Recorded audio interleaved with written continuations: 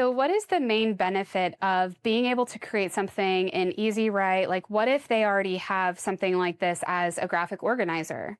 Okay, so the benefit of having this on the board is you can actually just manipulate the objects. Like with the graphic organizer, all you can do is write on it. But if I have something built out in EZWrite, I can easily move these objects around. And not only that, I can actually, like, if I wanted to have infinite versions of this, I can tap on those three dots and then tap on the little infinity symbol. And now I can use Easy Copy and have as many pieces of this as I need.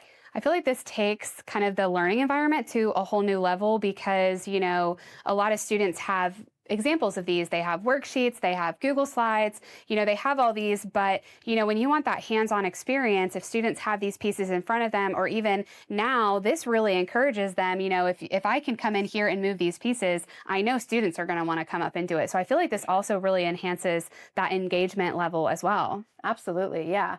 So this makes it really easy to get your kids involved and get them engaged in your lesson.